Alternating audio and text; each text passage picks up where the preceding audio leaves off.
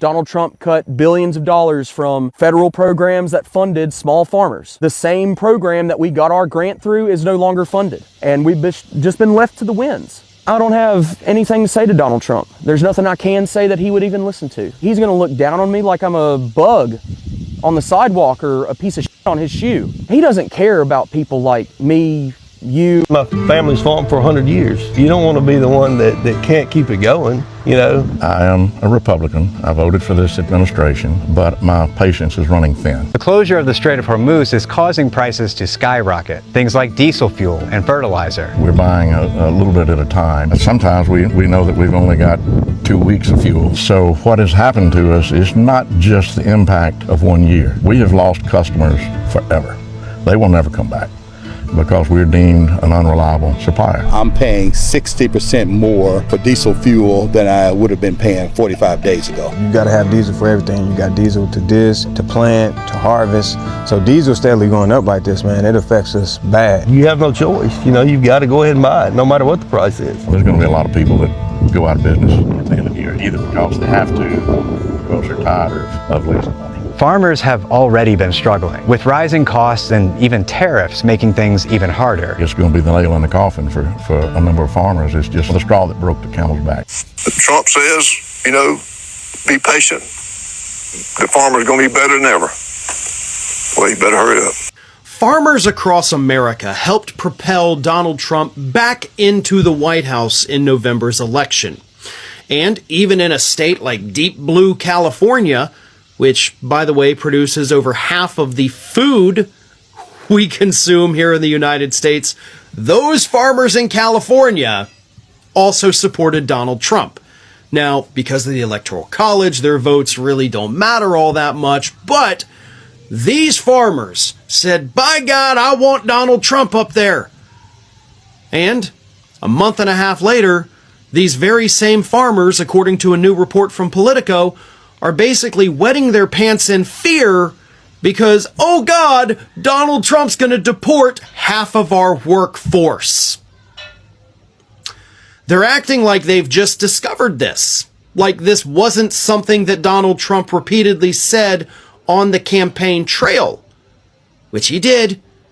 You know, again, I'll give Trump full credit for being fully honest about the tariffs and the deportations.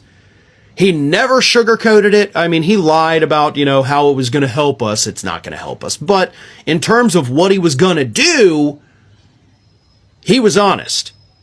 He was just dishonest about the why. MAGA farmers thought they were voting for prosperity. Instead, many are now facing bankruptcy, crashing debt, rising fuel cost, expensive fertilizer, lost export markets, and losing land that's been in their families for generations. The same trade wars and policies that they were promised would save America are now destroying livelihoods across America. So let's have a look, then I'll come back with more commentary, all right? Let's dive into it. A lot of people effed around and now they're finding out. And no group of people is going to find out more quickly than farmers because they're really going to get screwed.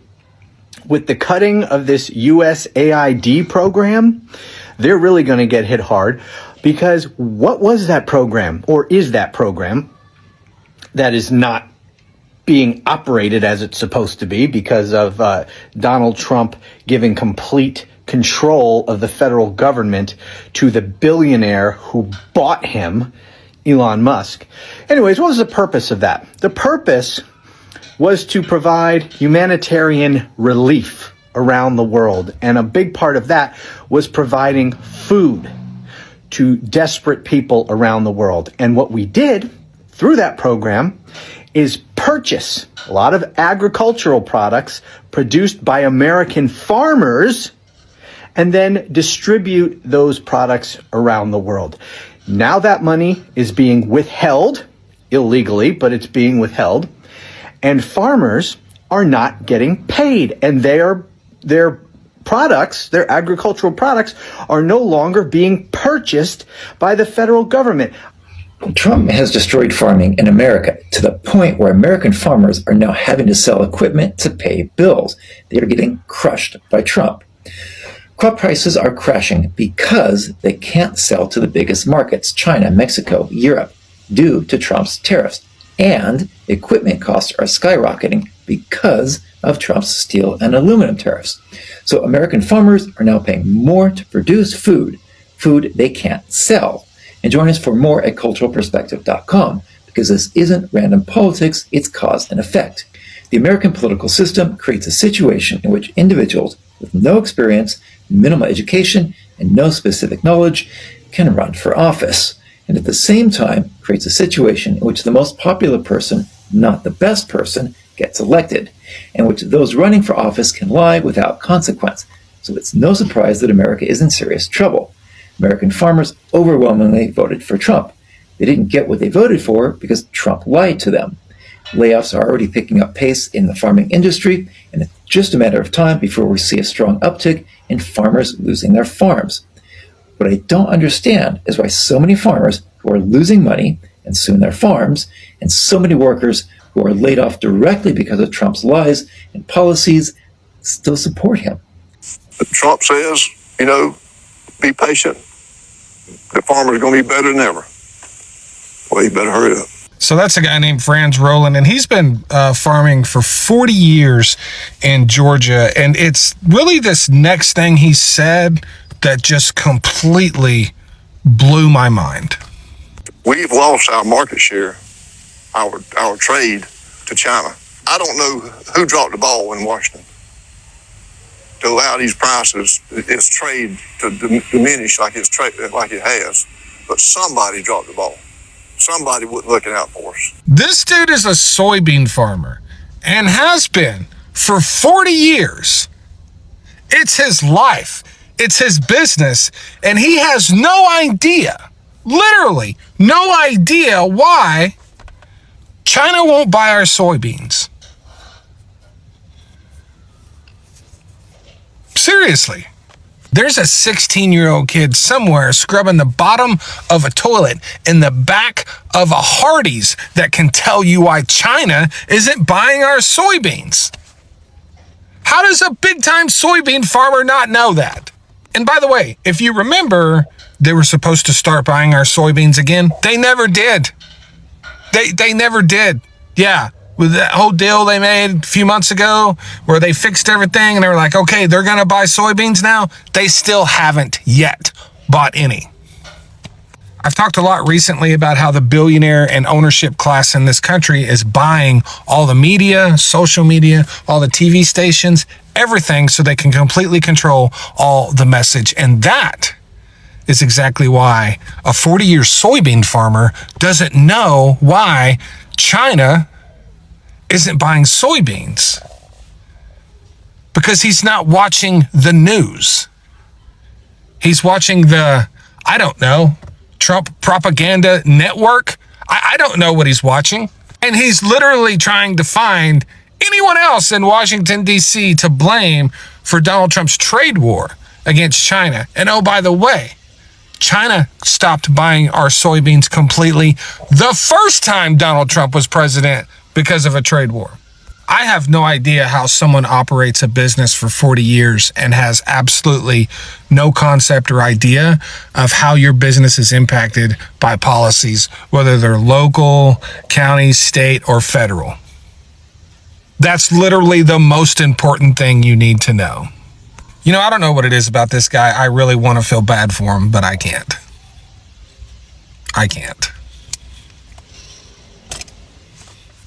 If you're that irresponsible to not even know what is happening to your business, I just close down. You have no business being a farmer. Seriously, just shut it down. Kansas farmers are publicly regretting voting for Donald Trump and wish they would have read Project 2025 now that Donald Trump's policies are directly affecting them, specifically the cuts to USAID funding, which would have been used to purchase farmers' goods. Listen to what the executive director of the Kansas Farmers Union had to say about it.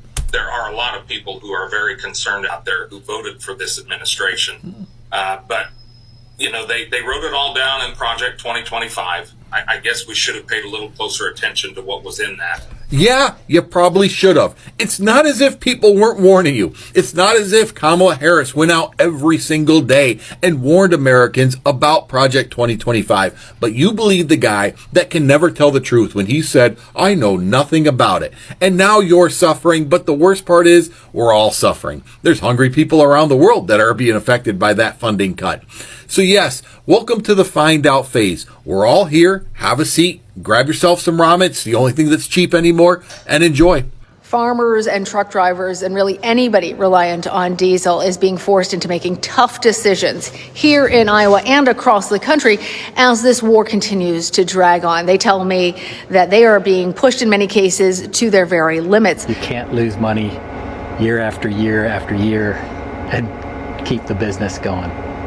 And that's the scary part right now. Many experts say that even if the war were to end immediately, that many of these problems and elevated prices are going to last for weeks. And when it comes to farmers in particular, that might already affect next year's growing season. Well, if farmers break, why then there's less food for everybody in the world. Farmers don't have enough fertilizer because of the war in Iran. 1/4 of all farmers don't have the fertilizer they need for planting season right now, which means there's going to be potential interruptions to our food supply later this year. And this is on top of the fact that 46% of all farms filed for bankruptcy last year because they didn't have enough money. And that's on top of the fact that less than half of all farms are going to show a profit, which means more bankruptcies will come because they didn't make enough money to make ends meet. Do y'all understand that if these farms close and one company buys them all up, our food prices will go through the roof? There'll be no more competition. It'll be one company running it all, and everything will skyrocket, and we won't have a choice. There'll be no competition, so we can only buy our food from this one person if they own all the farms. And that's what they're trying to do. You know, farmers aren't struggling because it's a hard job. They're struggling because somebody's trying to eradicate them. And that's the craziest thing, y'all. I don't think enough people are talking about this. What are we supposed to do when the cheapest food like leafy greens and stuff is $10 because this is what the company wants to charge because they run all the farms? We can't live like this. JD Vance has stock in a company called Acre Traders where they buy failing farms and convert them into other things like parking garages, lots for like commercial projects and things like strip malls, all that craziness. It's any old thing. They can just do whatever they want with it. Why vice president be a part of that? And now farmers are failing. You know, Trump and Elon cut all those programs that Biden put in place to try to help the farmers make more money, to try to help them make their farming more sustainable and stuff. They cut all those programs, and now all those farmers are left holding the bill. And I know y'all gonna be like, oh, they voted for this. I understand that. This is about me. This is about my food. I clearly like to eat. What am I? And I understand I need to lose weight, so let me get my vegetables then. I need my vegetables. I need my fresh fruit. We need that just to be healthy, and that's now questionable because Republicans are pushing for conglomerates. This is a real problem, and I'm hoping more people become privy to it and realize that they are playing in our faces. They have no intent of making life better. They only intend to make themselves richer. And it's a really scary thing, y'all. And again, I'm not trying to fearmonger, but this one here is concerning to me.